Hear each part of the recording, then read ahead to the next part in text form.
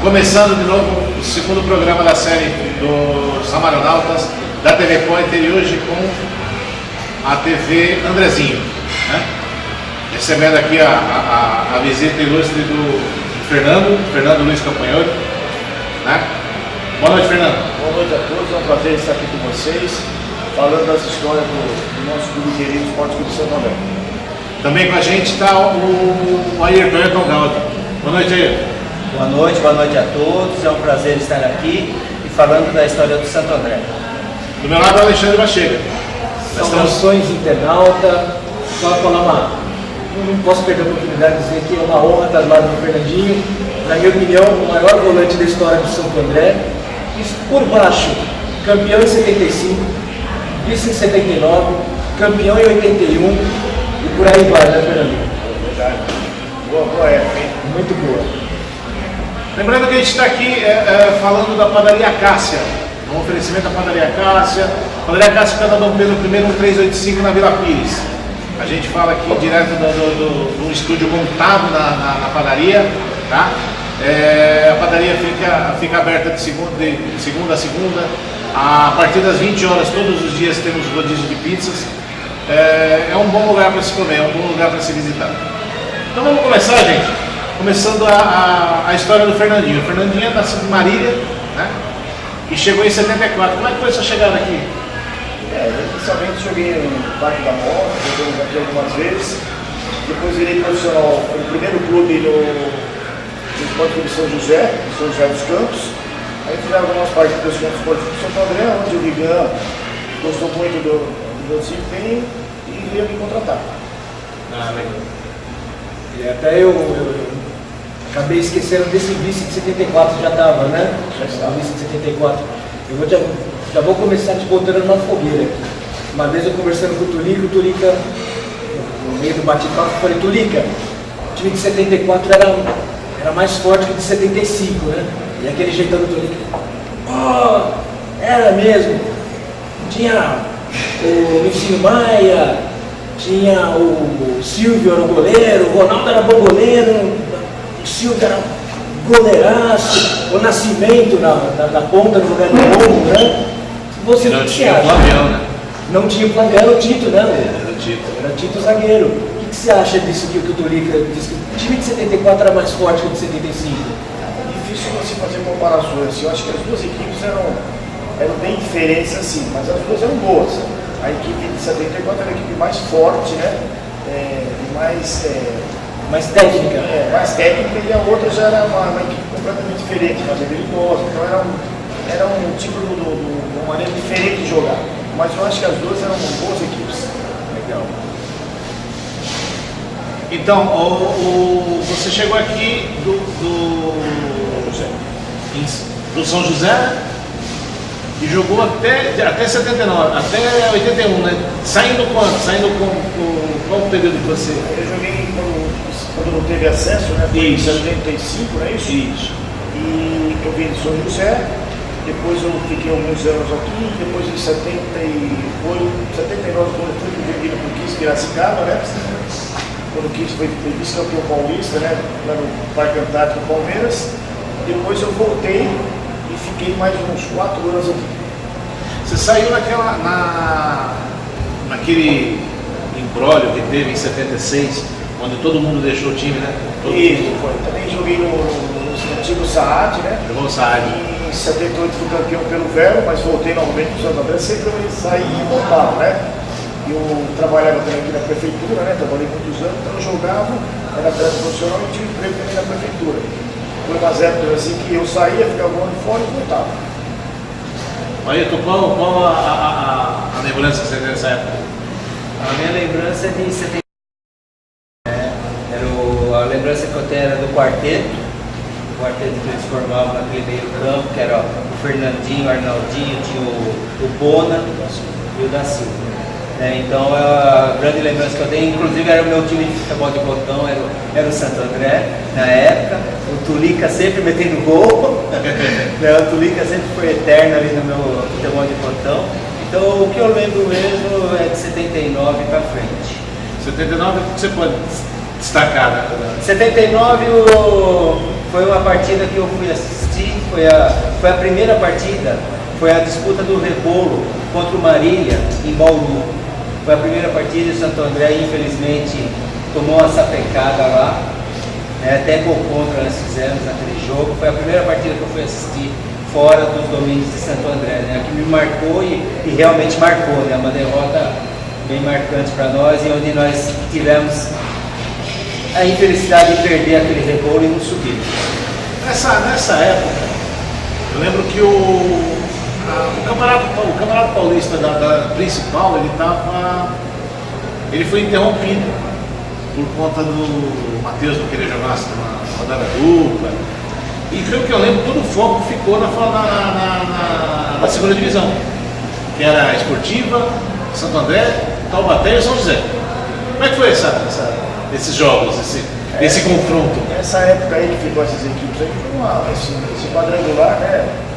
Infelizmente o São André não teve muita sorte, mas foi também por causa da manipulação do jogo, o último jogo em São José, que houve aquela briga, aquela confusão, e o jogo seguinte seria o jogo em Santo André. Como houve a briga, então eles passaram para o nosso jogo, o Pacaembu contra o Guará, para o Tibetá, e o jogo do Taubaté, que seria em Taubaté, passaram para o Parque Antártico. Então quem levou vantagens aí foi o Taubaté, que jogou fora. E para nós que o jogo ia ser aqui, mudou o Parque Antártico. Mas independente disso, o Santo André naquela época não teve muita sorte, porque naqueles jogos quadrangular, o time em alguns momentos deixou escapar algumas situações que poderiam estar melhor no quadrangular. Teve uma história que você me contou, se não me engano foi em 79, sobre a carreata na Paulista. Como é que foi? A carreata foi maravilhosa, né? O pessoal quando foi campeão, fizeram uma festa que a gente não esquece até hoje, né? Eu sempre, quando passo por lá, eu lembro dessa época aí eu falo, pô, passei aqui, né? Uma festa, uma lembrança que a gente não esquece nunca. Até o final do nosso programa número 1, depois eu fiquei 1h30 conversando com o Sidney, e o Sidney lembrou várias passagens de 79, disse que a torcida do Santo André foi em 100 ônibus para São José dos Campos, foi recebida lá já a pedrada, a torcida depois eles invadiram o campo, até tem uma foto, aliás tem algumas fotos desse jogo, o tal da Silva caído, jogaram o rojão no campo e depois a torcida invadiu, queria pegar vocês. Como é que foi esse jogo aí? Foi um jogo muita história para a gente contar. Já começamos ficando em Jacareí os atletas, todo mundo escondido, alimentação controlada para não ter boicote. Chegamos no campo lá, não deixaram entrar pelo vestiário certo, entramos pela frente do público, agredindo a gente. Entramos no campo, assim, no vestiário não dá para ficar, colocaram formol no vestiário, a gente não tinha condições de ficar no vestiário, trocamos no corredor da subida do túnel para o campo, o cadeado fechado, queriam que a gente entrasse, os árbitros chamando, o portão fechado, tudo guerra de nervo. Foi uma tensão e uma provocação muito forte. Conseguimos jogar, fomos muito bem lá, o jogo até foi 1-1, né? Aí no finalzinho fui pro Nunes invadiu o campo, houve a interrupção, acho que faltava 5 minutos. E essa interrupção foi muito ruim pro Santo André, porque transferiu o jogo, houve essa mudança. Que na semana seguinte, quem levou vantagem foi o Taubaté, porque o Taubaté ia jogar em São José. E nosso jogo era em Santo André e mudaram todos os nomes do jogo. E aí, depois quebraram o nosso ônibus, parece que agrediram muitos torcedores do Santo André. O que causou a revolta da torcida do São José foram 2 gols anulados do São José, né? Só que tenho certeza, que foi o gol de mão do Tião Marino, e alegaram pênalti não dado. Eles começaram a polêmica toda em cima da arbitragem, né? Exatamente, foi em cima da arbitragem, de alguns lances que eles acharam que um foi pênalti, outro foi legítimo, mas na verdade foi tudo foi correto na anulação dos gols. Só que a torcida queria ganhar de qualquer jeito. Eles nunca iam imaginar que nós, aqueles baixinhos, tudo que eles iam conseguir empatar ou conseguir um resultado positivo lá. Até muitos anos depois o Tati veio jogar aqui e falou, pô, Fran, aquele jogo lá, a gente falou, vamos bater naqueles baixinhos que eles vão correr, né? Quanto mais batia vocês, mais você jogava. Então foi aquele quarteto, como ele falou, foi um quarteto inesquecível de jogadores habilidosos que deixou história no clube. Você é época de 79, só me fala, foi o melhor time que você jogou? Santo André? Eu acho que foi.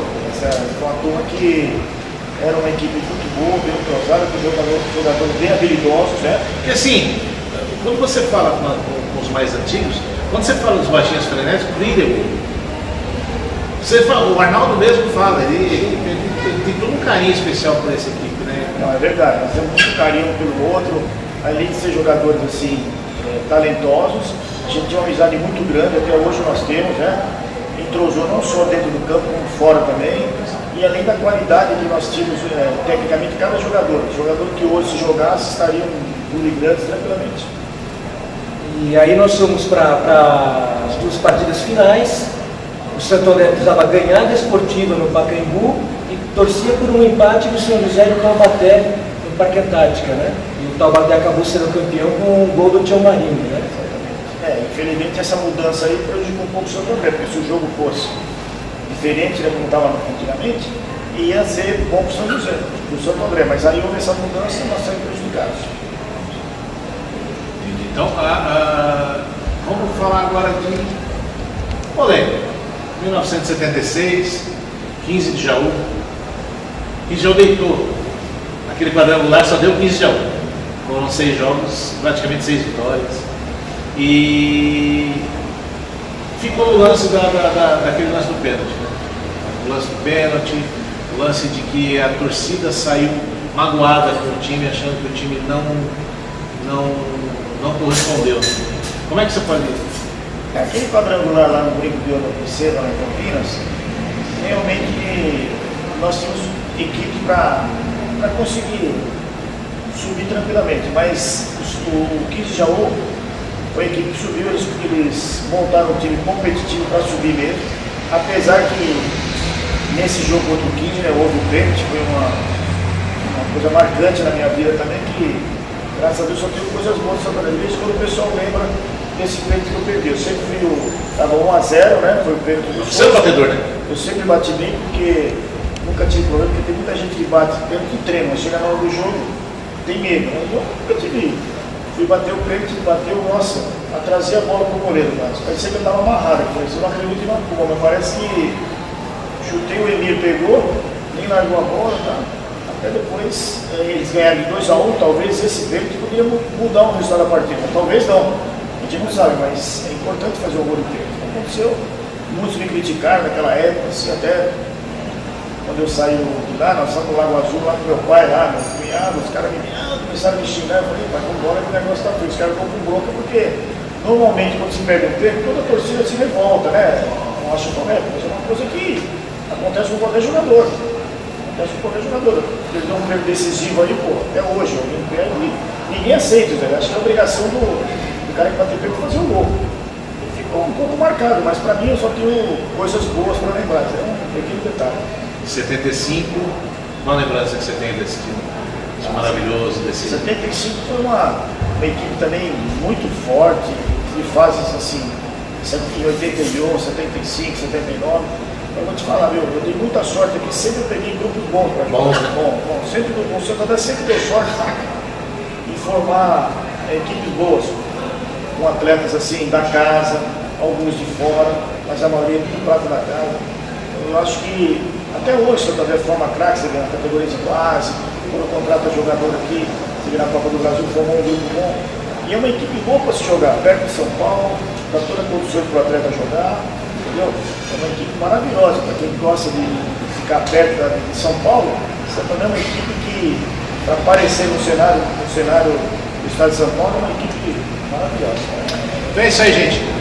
Fim da primeira fase, fim da primeira etapa do segundo programa, Amaranautas, TV Pointer e TV Andrezinho.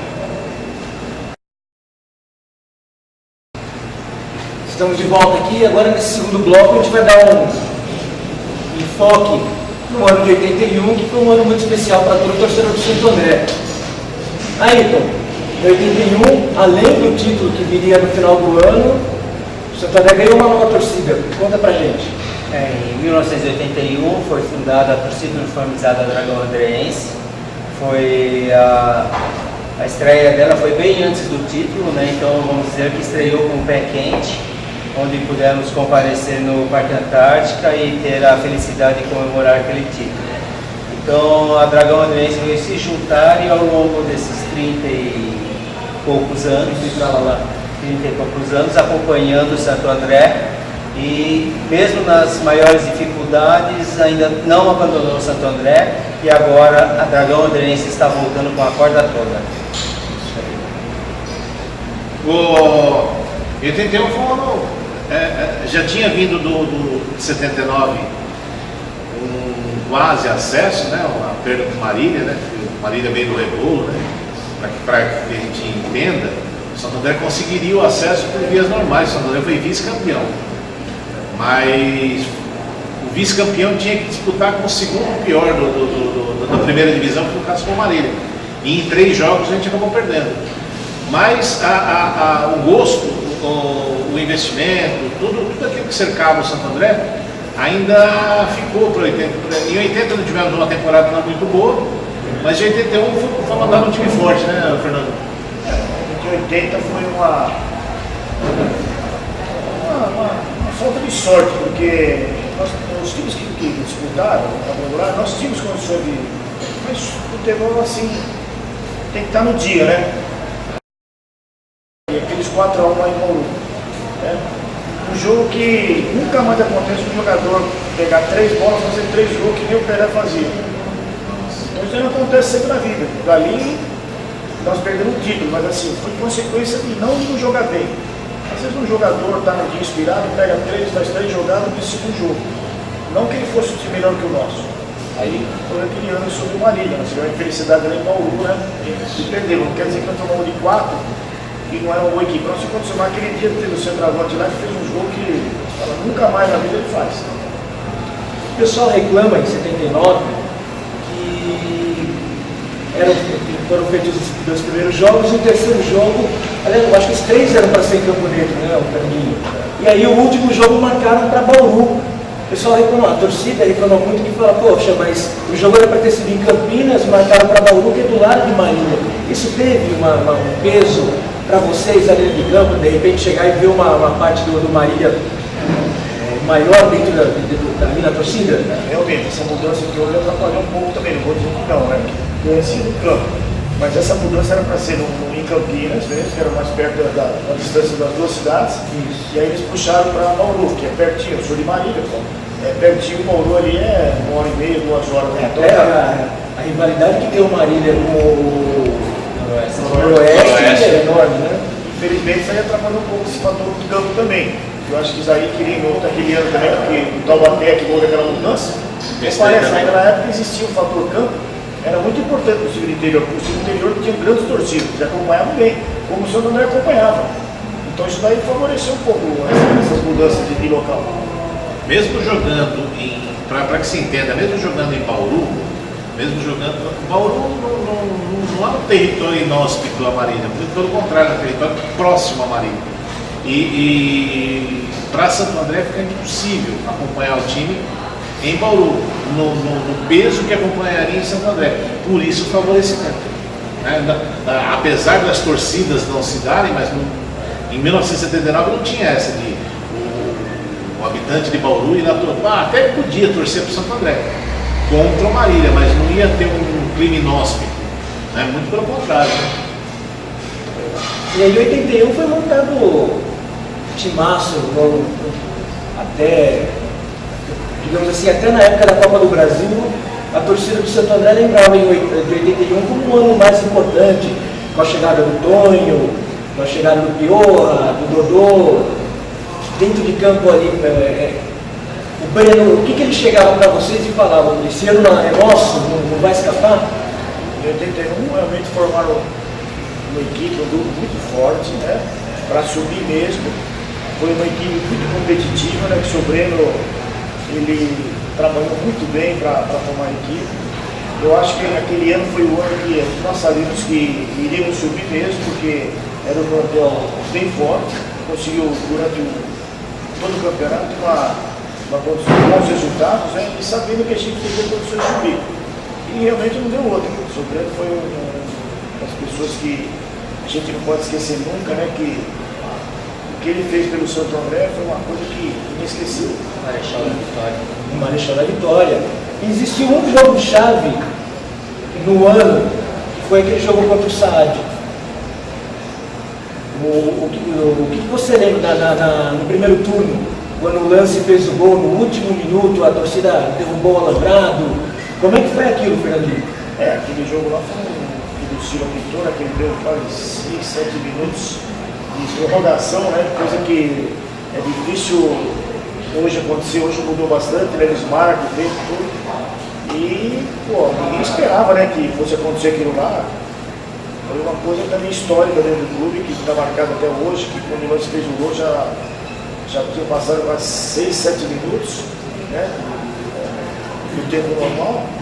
Aí houve aquela comemoração, derrubaram o alambrado, nossa, foi Tiveram que segurar o alambrado depois. segurar o alambrado, foi uma outra história inesquecível também do Santo André, né, com a torcida invadindo o campo. Nossa, foi uma... E o americano estava em festa, né? O americano estava em festa. Foi também uma tarde inesquecível. Uma coisa que eu queria que você desse uma passada. Em 75 você foi campeão com o Aurélio de treinador e com o Lapola de auxiliar, supervisor. Em 81 foi o contrário, né? O Lapola de treinador e o Aurélio como supervisor dele. Né? Como é que era a relação entre Lapola e Aurélio? Nossa, pra você ter ideia, o senhor Aurélio veio padrinho de casamento. Aqui lá pra gente, o Santo André deu muita sorte de pegar esses dois profissionais. O senhor Aurélio tirava do bolso dele para pagar a gente, precisasse ser um paizão. E o Lapola também. E ele com o Lapola ele pai e filho também. Os dois então, eles trocavam, assim, mas era o mesmo trabalho, a mesma sintonia. E eles eram um paizão pra gente. Nessa época, essa dupla aí, o Santo André deu muita sorte de ter no clube, porque eles eram apaixonados. Você tem ideia, daí pra frente o Lapola seguiu uma carreira, né, com sucesso, mas começou ali nessa época com o senhor Aurélio, que era um paizão pra gente, uma pessoa que difícil se encontrar no meio do futebol assim, uma pessoa que não era um técnico, era um pai pra gente. Né? Nossa, eu nunca esqueci o senhor Aurélio, foi uma pessoa que marcou muito na minha vida. Uma coisa que também, uma dúvida que a gente tem, uma dúvida não, né? No caso, como é que era o assédio dos grandes? Tinha? Você teve assédio dos grandes na época? O Arnaldo fala muito, porque nessas reportagens que a gente vê de 81, se fala muito do assédio do Palmeiras em cima do Arnaldo. E como é que era isso? Na nossa época, com sinceridade, era muito difícil porque não se tinha muita televisão, muita divulgação das nossas divisões. Certo. Então nós íamos jogar no interior, você não via, ninguém acompanhava, jornal, TV, não tinha nada. Então você viu, eu vi uma vez em Santa Bárbara do Oeste, o Tulica pegou uma bola, passei para ele, ligou para a defesa toda, goleiro, fez um gol que nem ninguém via aquilo lá que aconteceu. Não estava registrado. Então ninguém tinha oportunidade de ver grandes craques no interior. Hoje não, o cara jogou uma partidinha boa, tá vendo, já contratado para o time grande. Então tinha poucas possibilidades, eu, Arnaldo, da Silva, de ser visto por grandes clubes, porque eles não acompanhavam muito. Era difícil eles contratarem jogador da divisão abaixo. Hoje não, hoje qualquer jogadorzinho que joga no lugar desgostado já viu. Ficou mais fácil, a televisão divulga muito, né? A mídia, então fica mais fácil. Na nossa época era muito difícil. Em 75, você falou, em 75 nós somos campeões, foi um título marcante para você, mas não teve o acesso. O que é ser campeão com acesso em 81? Eu tenho ideia, fui em 72 também em São José dos Campos, eu fui campeão lá e não teve acesso. Depois eu passei um caminhão de bombeiro, uma festa e nada. Aí em 75 a mesma coisa aqui. É bem diferente, mas a festa é legal, mesmo não tendo acesso pra gente, pô, é legal, né, ser campeão e tal. Acho que todo mundo quer estar na outra divisão, jogar com os clubes grandes. Mas aí foi bom em 75, por quê? O Vigan, naquela época, o presidente, que a gente tem que tirar o chapéu também, com todas as coisas que ele fez no clube, né, nunca pode esquecer, ele nessa época que não teve acesso, ele reuniu, nunca me esqueço, na prefeitura, todos os dirigentes, todos os clubes da intermediária, e ele conseguiu fazer a lei do acesso. E ele foi o cara que tomou a iniciativa de fazer a lei para poder, no ano seguinte, o professor Walter Abramo, todo o pessoal na prefeitura, aí fizeram a lei do acesso. Aí no ano seguinte, foi aquele negócio, sobe 2, desce 2, lembra? Ele contou pra gente que ele mandou um telegrama para cada presidente de clube, não lembra? Um pouquinho da transição, transição Esporte Clube Santo André, Santo André Futebol Clube para Esporte Clube Santo André.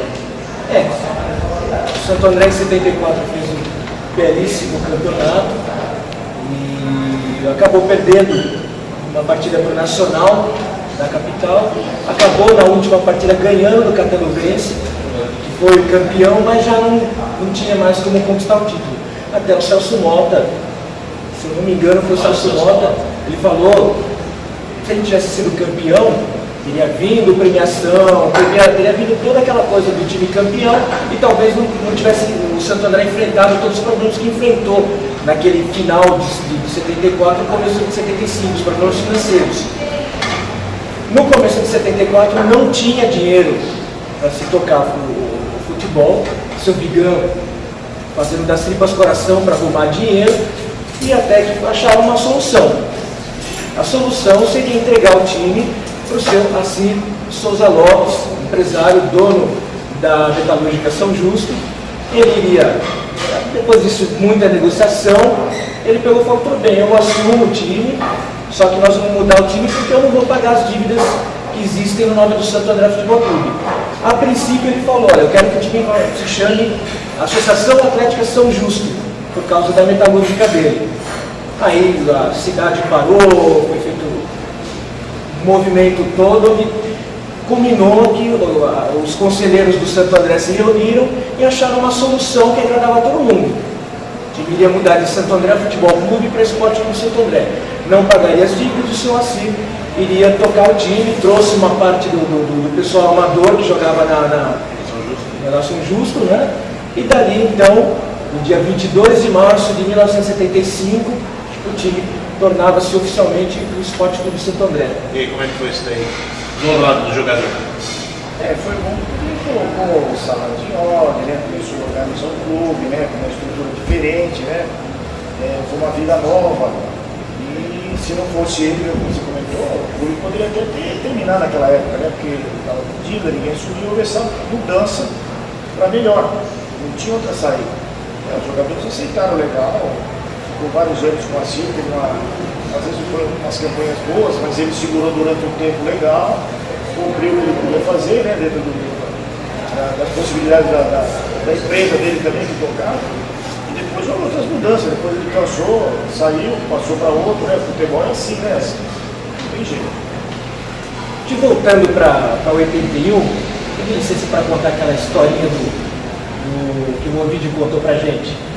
O Ayrton, não sei se você sabe dessa história, o Ovidio disse que em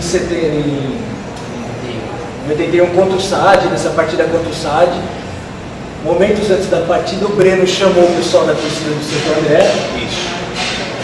Falou, olha, esse aqui é o carro do Cídio, arrebenta com o carro dele, detona tudo.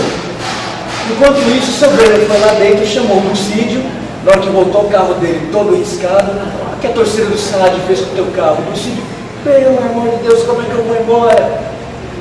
Seu Breno inteligentinho, ele era dono de uma concessionária, da Dutra, puxou a chave e falou, Lucídio, ó, vai embora com esse aqui, deixa, eu vou mandar arrumar, não tem problema não. Até depois, né, você estava falando dos 7 minutos, que acabou tornando, dizem que foi por causa disso, né? Ele ficou com bronca da torcida do SAD e acabou dando essa forcinha pro Santo André, né? Se fala, né? O Breno ele tinha um bom relacionamento com a federação, né, com os árbitros. Naquela época ajudou bastante, porque naquela época esses fatores arbitrais existia muito assim, escala de árbitros existia. Hoje não, hoje é diferente, mas naquela época tinha umas manipulações de arbitragem, isso daqui. ele, pra você ter ideia, o Luiz Augusto Montoni, né, era funcionário do Grêmio. O Luiz Augusto Montoni da Bandeirantes, ele era funcionário da Dutra. E ele tinha pessoas da federação que ele ajudava assim, para pintar arte, certos artes ele colocava. Até eu lembro que isso aí ajudou muito o Santo André nessa época, ter uma pessoa na federação também para saber tudo que acontece lá. Hoje é importante isso aí. Hoje não, hoje mudou. Micalan também, né? Micalan também, com pessoa que ficaram conhecendo a federação, veio para ser até diretor do Santo André. E ele, naquela época, esse relacionamento assim, tinha que existir para ter um pouco de vantagens. Hoje não, hoje está mais difícil, né? Hoje é bem diferente, mas naquela época existia. Hoje é outro. É outro. Foi você que riscou o carro lá, Ayrton? Não, nessa época eu não fazia parte da torcida, nessa época eu fiquei naquela cobertinha, eu lembro desse jogo, eu estava no estádio, quando saiu aquele gol que a torcida invadiu, eu sei que me derrubaram, eu caí nas pernas da minha mãe, do meu tio, eu não fazia parte da torcida ainda. Todo mundo deve saber, o Ayrton é filho da nossa querida Dona Tosca, torcedora do Santo André, né? Dona Tosca estava lá também. Ajudou a segurar o alambrado para poder tocar o jogo. Para continuar o jogo, né? Precisava segurar para poder terminar a partida. E a final, Fernandinho? Como é que foi o clima da final contra o Cruzeiro de Piracicaba? Foi um clima muito bom, né? Porque o time estava naquele ano preparado mesmo para subir, né? O pessoal tranquilo durante a concentração. A gente sente quando o grupo está preparado, que vai conseguir bons resultados, da união que tinha, né? Dos atletas de gabarito que tinha também, né? Sempre bem preparado. A gente sente quando a equipe já está formada, preparada para subir. Aquele ano era o ano nosso e foi tranquilo, assim, no decorrer das concentrações, do tempo que os jogadores ficaram juntos, que aquele ano nós íamos deixar escapar. Batemos o primeiro jogo 1-1, o segundo também 1-1, e aí na finalíssima 3-1 para o Santo André. É isso, gente. Chegamos ao fim do segundo bloco, já encerrando o assunto futebol profissional com o Fernandinho. No próximo bloco a gente trata do projeto Ramalinho, projeto Andrezinho, projeto muito lindo que o Fernando toca no Sub-11, Sub-13. Aqui direto da Padaria Cássia Dom Pedro 1385 na Vila Pires. Estamos de volta aqui pro bloco final do nosso programa para falar do Santo André. Agora para falar do projeto Andrezinho, um projeto capitaneado pelo Fernandinho, um projeto das categorias de base, do Sub-11 e do Sub-13 do Santo André. Mas antes, a gente queria falar sobre o Ayrton, né? Já que ele deu prazer a presença da gente, trouxe um material enorme, gente. Mostra pra gente o material que você trouxe aí. O que a gente tem de bom aí? O que nós temos de bom aqui? Uma lembrança para todo mundo, né? Que é a capa da Gazeta Esportiva, quando o Santo André foi campeão. A gente agradece aí por ter trazido de presente isso aí pra gente.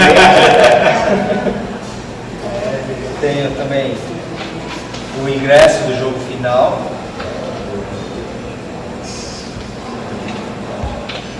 Legal. Você estava lá no Parque Antártica? Estava no Parque Antártica.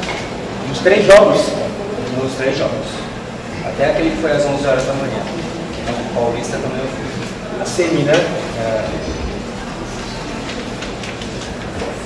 Aqui, ó, todos os jogadores que fizeram parte daquela história de 81. Inclusive o Fernandinho. Vamos pedir pro Ivan e pro Liga aqui, ó, dá uma olhada aqui na bela cabeleira que o Fernandinho tinha, ó. Fernandinho. E essa é a grande recordação que o Santo André era o novo caçula da primeira divisão. É isso aí. Mostra a camisa, Hector. A camisa, né? Camisa lindíssima.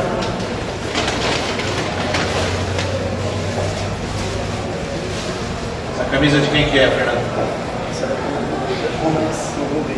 Eu sei que nesse momento aí agora, para o pessoal assistindo, já um programa finalizado aí na internet, o Glauco e o Vitor estão tendo ataque epilético vendo essa camisa. Nossa, principalmente o Lucas. Eu quase peguei a camisa e saí correndo agora.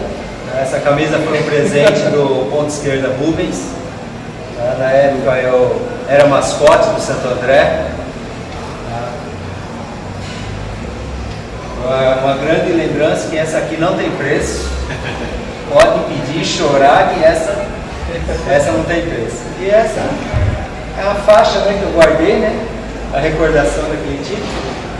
Santo André campeão em 81. Você vê, Fernando, a maior prova, né? O carinho que a pessoa tem.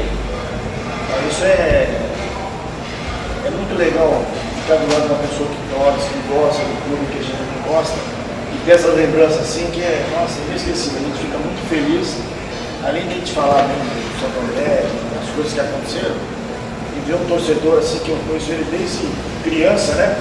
E hoje nós estamos aqui ao lado juntos falando das coisas boas da história do Santo André. Pô, é uma coisa que a gente fica muito feliz de ver do nosso lado. Tá certo. Então, agora vamos. Você quer mostrar mais alguma coisa? Uma coisa que eu ia mostrar, né? É uma relíquia que eu acabei descobrindo. Meu pai foi o sócio número 5 do Esporte Clube Santo André em 1974.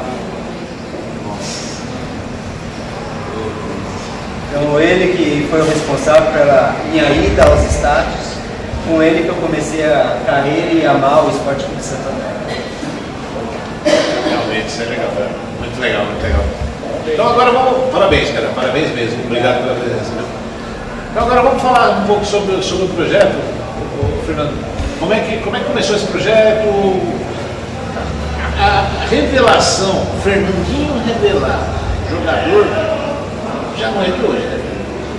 O projeto já. Eu sempre trabalhei com criança, minha vida toda como professor de educação física, trabalhei em escola, trabalhei muitos anos na prefeitura, né? E quando eu estava para me aposentar, eu como coordenador das escolinhas da prefeitura, junto com o Santo André, nós resolvemos fazer uma parceria, as escolinhas, os meninos que se destacassem nos campos das escolinhas, a gente levava para o campo nacional para fazer um trabalho de formação dos meninos de talento da cidade para levar futuramente para o esporte do Santo André. E aí essa é uma parceria com a prefeitura de Santo André, lá no campo nacional. Entramos no projeto da Lei do Incentivo do ICMS do Esporte. Foi em 2012, começamos. Disputamos o Campeonato Paulista com as categorias de 11 e 13 anos. Depois houve uns problemas lá no projeto, ficou parado por alguns meses, no campeonato. Vamos seguir trazendo o plano, fizemos um novo projeto. Estamos dando continuidade até hoje, quase o terceiro ano, vai para o quarto ano esse projeto. Nós todo ano estamos disputando as categorias de base 11 e 13 da Federação Paulista e formando talentos para de 15, 17, 20, para futuramente ser um craque do esporte do Santo André. Nós temos atualmente aí no Sub-17, nós temos 12, 13 garotos que começou com 11 anos com a gente e está já fazendo carreira no clube. Duas coisas separadas, né? O Esporte Clube Santo André, através do site oficial, disse de uma promoção que teve dos atletas para visitar a escolinha do Santo André. Nada a ver com o seu projeto. Né? A escolinha do Santo André é uma escolinha do Jaçatuba que serve para os sócios do Jaçatuba. Né? O seu projeto não, o seu projeto visa o que? Visa alta performance? É isso? O nosso projeto lá tem a escolinha da prefeitura, mantém lá no Campo Nacional de terça e quinta, certo? O professor Vanderlei, para ensinar a criançada do bairro, da cidade. Ensinar. Isso já é um trabalho social. No Santo André Clube é para os associados, existe uma escolinha. E lá com a gente, o Projeto Andrezinho, é um trabalho social que a gente tem também de alguns meninos, mas a maior parte é um trabalho de formação, de descobrir o talento E voltar à alta performance, né? alta performance para competição, para formar um futuro craque do Santo André. Quantas crianças? Nós estamos trabalhando lá segunda, quarta e sexta, no período da tarde, das 14 às 17. Nós estamos mais ou menos com umas 90 crianças lá. São 3 categorias, a gente prepara a categoria, já começa com 10 e 12 anos e disputamos o Campeonato Paulista com a categoria 11 e 13 anos. Até nesse final de semana nós temos um campeonato que organizou em São Paulo. Nós vamos fazer uma finalzinha aí, categoria 11, 13 anos, lá no Campo Nacional. Sábado agora de manhã, às 10 horas, vai ter uma final de uma Supercopa de São Paulo que é organizada, e nós temos finalista contra Futs Talentos, uma equipe de São Paulo que vai disputar com a gente lá, final Sub-11 e Sub-13. A partir das 9, né? A partir das 10 horas. A partir das 10 horas, gente, então 10 horas, Campo do Nacional, Avenida América do Sul 515, 10 horas da manhã, Santo André e Futs Talentos. A final do campeonato Supercopa São Paulo. Supercopa São Paulo. Compareça, gente, é de graça. E olha, o Campo do Nacional tem estrutura, tem estacionamento. Compareça, vale a pena. Vamos conferir o trabalho do Fernando. Fernando, muito obrigado pela participação. É uma grande honra estar aqui com você. Muito obrigado. Eu que agradeço essa oportunidade de falar sobre o projeto, sobre as histórias que eu tive no Santo André, que são umas histórias que estão marcadas no meu coração, que eu nunca vou esquecer. Esse trabalho que eu faço do projeto é porque realmente eu gosto de trabalhar com criança, mais ainda do clube que eu joguei, que me abriu a porta para muitas coisas da minha vida. Então é uma coisa que eu não ganhei dinheiro com futebol, mas eu ganhei muito mais de amizade, de reconhecimento, muito amor e muita amizade aqui na cidade de Santo André. Ayrton, obrigado pela sua participação, obrigado pela presença. Eu que agradeço a oportunidade de estar aqui com vocês, uma noite agradável, com pessoas muito agradáveis também. E a Dragão Andreense vai continuar apoiando o Esporte Clube Santo André e sempre que vocês precisarem, estamos à disposição. E a gente agradece principalmente a você, internauta, que esteve aí acompanhando o nosso trabalho, nosso segundo programa. Deixar muito bem marcado aqui, é uma honra a gente ter a presença do Ayrton, que trouxe um material maravilhoso, a presença do Fernandinho, que eu não vou cansar de falar, para mim, o maior volante da história do Santo André. E seguido por um Fernando também, do Fernandão. Né? Fernandinho e Fernandão. Seria a seleção de volantes do Esporte Clube Santo André. Muito obrigado, internauta. A gente conta com vocês no próximo programa. Trabalhos técnicos, Wilson Clica, Ivan de Faria. Obrigado a vocês, viu? Obrigado a vocês. Muito obrigado, gente. Tchau, tchau.